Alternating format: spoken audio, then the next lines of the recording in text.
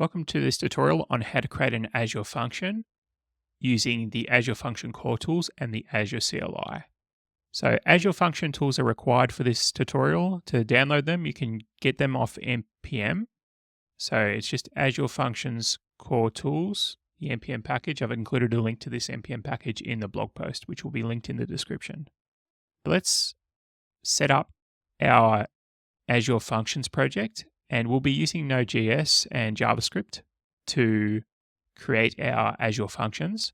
You'll need to have Azure Function Core Tools installed, like I mentioned before. If you want to just test that, you can write func as a command, and it will provide some output similar to this. So I've just got a blank directory here, so if I ls that, there's nothing in there at the moment. So let's initialize this Node.js Azure Functions project with a func in it.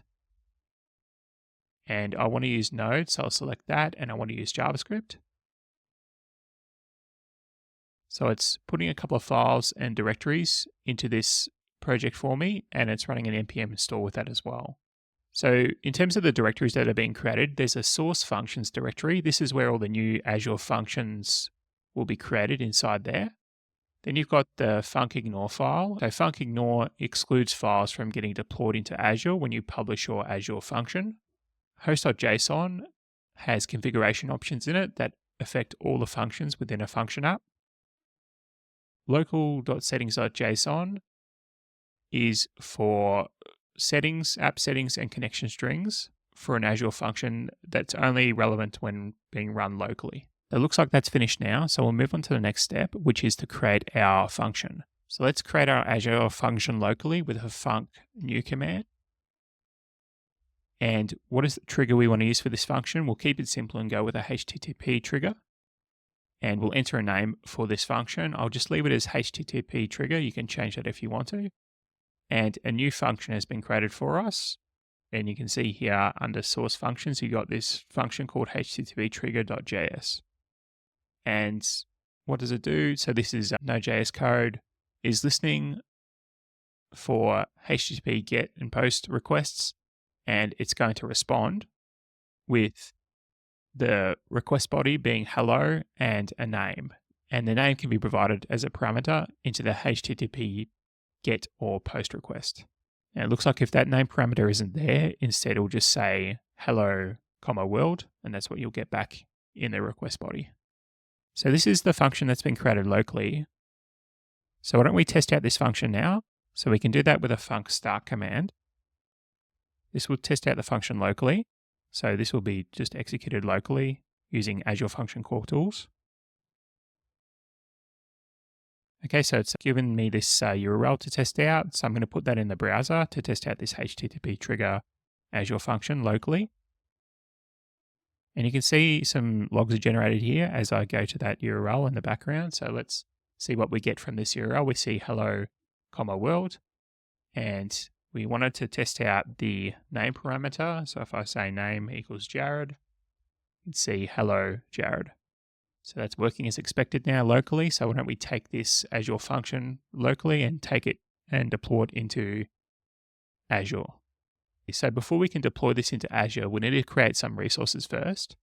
So we'll need to create an Azure resource group, an Azure storage account, and an Azure function app.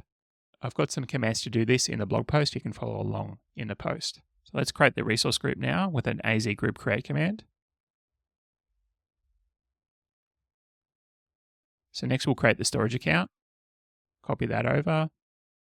So that's az storage account create with a name of the storage account and a resource group and a location in East US and a SKU using the standard LRS. So that's complete. Now we'll create the function app with an az function app create command. We'll specify a group, which is the resource group we created before.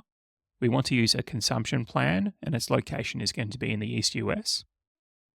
And we're giving it a name of Cloud Engineer Skills Func App. We're providing the storage account that we created before. The runtime will be Node. The OS type will be Linux. And the functions version, we'll use the latest version, which is version number 4. Now we've got to deploy our Azure function from locally in this project into Azure, into our function app. So let's go through that now. So in the blog post, I've got a command for this. So it's func Azure Function App publish, and then the name of our function app. So what we need to do is we need to go into the directory that contains the project files that we need to deploy, which is this directory here. I'm going to run this command now.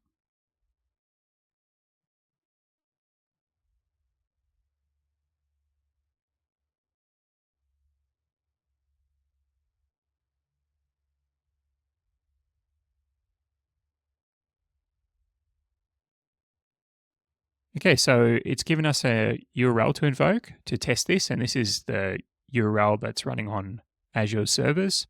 So we can give that a try now in the browser. And we can see hello world there. And why don't we try the name again? Set that as Cloud Engineer Skills. And we get that back in the browser as well, which is great. So we can have a look at the resources that were created in the Azure portal. It has created this default resource group. This is for the workspace for log analytics for application insights. You'll need to delete both of these resource groups. This is what Azure does for some reason with application insights. So make sure to remove that. So you can have a look at the resources that were created in the other resource group. We've got the storage account here. We've got the application insights for the function app itself, and the app service plan. So we'll go into the function app, which is what's really interesting with this tutorial.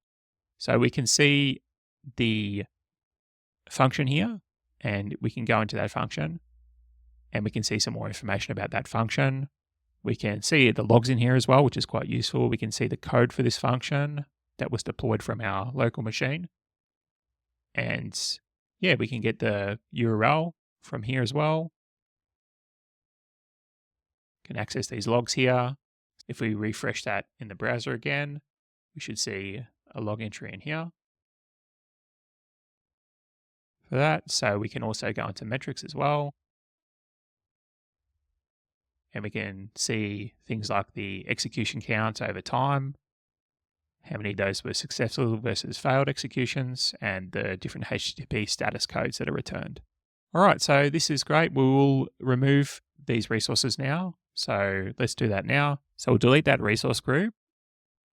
And that's not the only resource group we need to delete. So we'll go back into the Azure portal and resource groups, and we need to delete that resource group that has the log analytics workspace in it as well.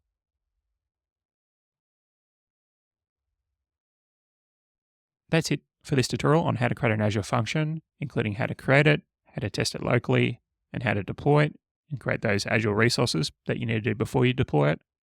If you enjoyed this tutorial and you found it useful, give it a thumbs up and subscribe to the channel. Thanks for watching.